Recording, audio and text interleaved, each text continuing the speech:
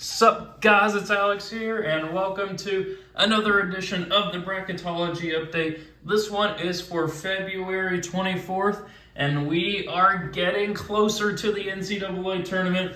Man, I'm so freaking excited. We had another not crazy week of college basketball. There weren't any crazy things that happened, but there were two big games I wanted to talk about. We had number 6 Virginia just get destroyed by Boston College of all teams. Boston College was 10-17 or something really bad like that, but they just handled Virginia. Virginia's been struggling as of late. Barely put Notre Dame away, barely put Louisville away, barely escaped Duke with a win and I believe overtime, and now they lost to Boston College by 15. Virginia could be in trouble. We'll see what happens. But then Alabama too, man. Alabama is the talk of the college basketball town right now. With all the Brandon Miller stuff, I know on Tuesday's Bracketology, I was like, is he even going to play? Well, he's definitely playing, whether he should be or not. But he scored 41 points for Alabama on Tuesday. I think it was either Tuesday or Wednesday night. But Alabama escaped South Carolina with an overtime win. I mean, South Carolina, not a good team at all. I mean, Kentucky had a bad loss to them. That's something you got to hold against Kentucky. But Alabama struggling to put South Carolina away, even when Brandon Miller scored 41 points. So something to keep an eye on there. Alabama, just a team that destroys teams. And then other times, there's just weird games like that where they struggle to put South Carolina away, lose to Oklahoma by 20. Just crazy stuff like that.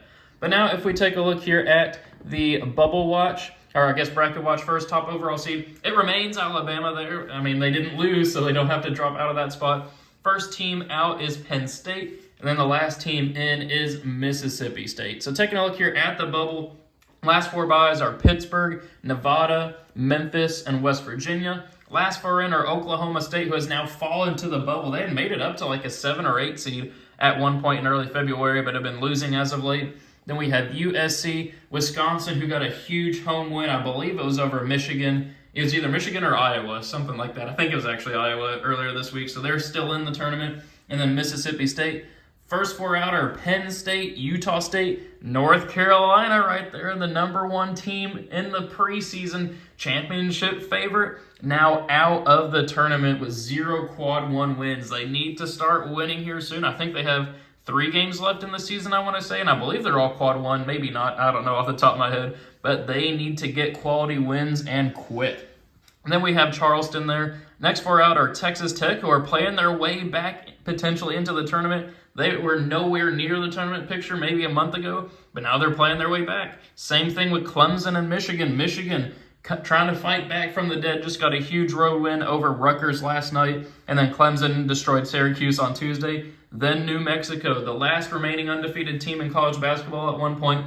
I think they have 7 losses now. They're not doing good at all in conference play, and they have a game against San Diego State on Saturday that will define their season. If they lose that, they're going to have to win the conference tournament to get that automatic bid into the tournament because they're not getting an at-large bid. But if they win that one, they'll probably find their way back. Or they won't be in the tournament at that point, but maybe they'll be at the bottom of the first 4 out list or back at the top of the next 4 out list. So now taking a look here at the changes for the seeding for the tournament, we have Nevada up to a 9 seed, Xavier down to a 5, Marshall new to the field as the automatic qualifier, I believe out of the Conference USA. Then we have Miami up to a 4, now the leaders of the ACC after Virginia had fallen. Texas A&M continuing their hot run as of late up to the 6th line. Florida Atlantic down to an 11, and then Baylor down to a 3 after blowing that huge lead against Kansas earlier in the week. Then over in the Midwest Regional, we have Indiana down to a 5. Indiana had lost to Michigan State in an emotional game for Michigan State. Then we have Iowa State down to a 4. Oklahoma State down to an 11. Marquette up to a 3 after getting a huge win this week. I believe it was over Creighton. Then we have Duke down to a 7. Then if we scroll down just a little bit, we have Arkansas moving up to the 8 line. Illinois down to a 9. Even though they came back and beat Northwestern last night, I'm surprised they fell to the 9 line there. They were down by 15 to Northwestern, came back and won, but that's a story for another day. UConn up to a 4, and then Gonzaga up to the 3 line. And if we take a look at the East Regional, only 2 movements to talk about. Virginia down to a 4, and then Kansas State up to a 2. So as you guys know, every time that I do a bracketology, I go to the vertex42.com, create an Excel document, or create a bracket based off of their Excel bracket there, just fill in the teams for what Joe Lunardi has. And then I make predictions for it. If you're new to the channel, that's kind of how these videos work. Just filling out the bracket as I would if it was the actual NCAA tournament, seeing what'll happen. I mean, I try to have some Cinderella runs here and there, but this season it just feels completely wide open. So once the actual tournament rolls around, who knows what it's going to end up looking like. It's all based off of where these teams are bracketed to. It just changes from video to video about that. But if you guys haven't been watching my channel, if you're watching at this point in the video, usually I like to come up with a food item for you guys to comment so I know who's watching the video at this point, not just skipping to the end to see who ends up winning the NCAA tournament. Just a little fun thing I do to see who's still watching and checking out that retention time. But if you're watching at this point in the video, let's go with a chicken sandwich. And if you want to get crazy with the two, comment who has the best chicken sandwich. Had that for dinner last night, but I like the Chick-fil-A spicy chicken sandwich. I know a lot of people like the Popeyes one. You got Zaxby's in there with the grilled chicken sandwich too, along with McDonald's, all that stuff. So comment your favorite comment chicken sandwich below, and if you want to get crazy with it, comment your favorite one. Maybe Chick-fil-A has the best one, maybe they don't. I don't know. But at any point, anyway, let's get into my predictions for the NCAA tournament based off of this bracketology. Up first, we're obviously going to go with Alabama beating the winner of Howard and Fairleigh-Dickinson. Then I'm going to go with an upset pick here and go with 9-seed Nevada over 8-seed Iowa. Iowa can win that game. I mean, they're the higher seed for a reason, but they've been inconsistent this year. I got Nevada moving on there. Then I'm going to go with another upset here with 12-seed Marshall upsetting 5-seed Xavier. Xavier's been inconsistent. They've lost to DePaul. I want to say maybe they haven't lost to Georgetown. I think that was actually Butler that lost to Georgetown. But I feel like Xavier's just been a little inconsistent. They made their way into the top 10 in the AP poll, I believe, at one point in the season. But lately, they just haven't been the same team. I got Marshall pulling off the upset there. Miami beating Hofstra. Then we're going to go with Texas A&M over Florida Atlantic. Baylor beating UC Irvine. Providence beating Memphis. And then Arizona beating Youngstown State. Then for a spot in the Sweet 16, we got Alabama moving on past Nevada. Miami taking care of business against Marshall. Ooh, this one's a tough one here. Baylor and Texas A&M. Texas A&M, one of the hottest teams in the nation. Baylor, if they lose this weekend against Texas, they'll be on a 3-game losing streak. I am going to go with Baylor there just because I believe in their talent, but I could easily see Texas A&M pulling off the upset there. Then we're going to go with Arizona moving on past Providence.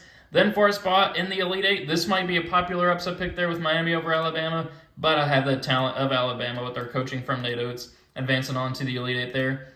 Where they will play Baylor, I got Baylor pulling off the slight 3-over-2 upset over Arizona, but then I have Alabama advancing on to the Final Four out of that regional. We'll see what happens if I actually pick them to move on to the Final Four in the actual NCAA tournament. They have been a little inconsistent this year, but they're the number 1 overall seed for a reason.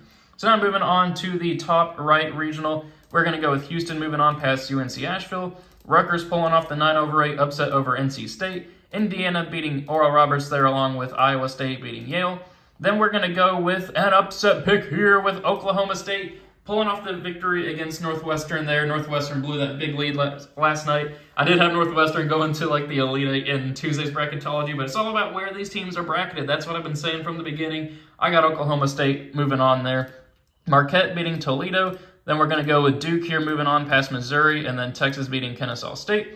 Then for a spot in the Sweet 16, we got Houston moving on past Rutgers. Then we have Indiana beating Iowa State and a slight 5-over-4 upset. Marquette moving on past Oklahoma State, and then we're going to go with Texas over Duke. Then for a spot in the Elite Eight, I'm going with the upset here. I'm going with 5-seed Indiana beating 1-seed Houston. It's something I've been staying consistent with. When these two teams are matched up, I've been picking Indiana to move on. A lot of people have been ragging on me for not picking Houston to advance very far, but I just feel like I don't necessarily believe in Houston this year to make a run. I mean, last 2 years, went to the Elite Eight 2 years ago.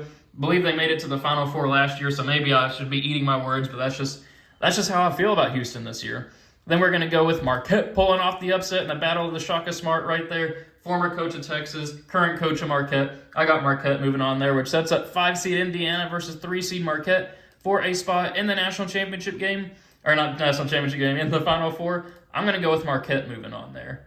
So then moving on down to the bottom right regional, we're going to have Kansas moving on past Texas A&M Corpus Christi, Arkansas beating Illinois there, St. Mary's beating Drake, UConn beating Iona, the Fighting Rick Pitino's. Then we're going to go with TCU moving on past the winner of Wisconsin, Mississippi State, which I think would be Mississippi State. Gonzaga beating the Fighting Toothpaste of Colgate. Auburn pulling off the 10-7 upset over Maryland. And then UCLA beating Samford. Then for a spot in the Sweet 16, we got Kansas moving on past Arkansas in the battle of the Anzas. Then we have St. Mary's pulling off the victory 5-4 over UConn. Gonzaga moving on past TCU, and then we're going to go with UCLA moving on past Auburn. Then for a spot in the Elite Eight, we got Kansas moving on past St. Mary's, where they will face UCLA. I got UCLA pulling off the victory, and that should be a fantastic game, though. UCLA against Gonzaga, one of the best games in tournament history, back when they played, and I think it was 2021.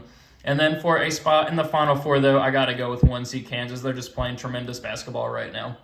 So in the last region over here, Purdue we're going to have moving on past the winner of Morehead State and Alcorn. Then we're going to go with Kentucky beating Boise State, Creighton moving on past VCU, and then Virginia moving on past Utah Valley. Then we're going to go with an upset pick here and go with West Virginia pulling off the 11-6 classic upset over San Diego State. I just think West Virginia can make some noise. Maybe I'm not giving San Diego State enough credit that they deserve, but I have the upset happening right there.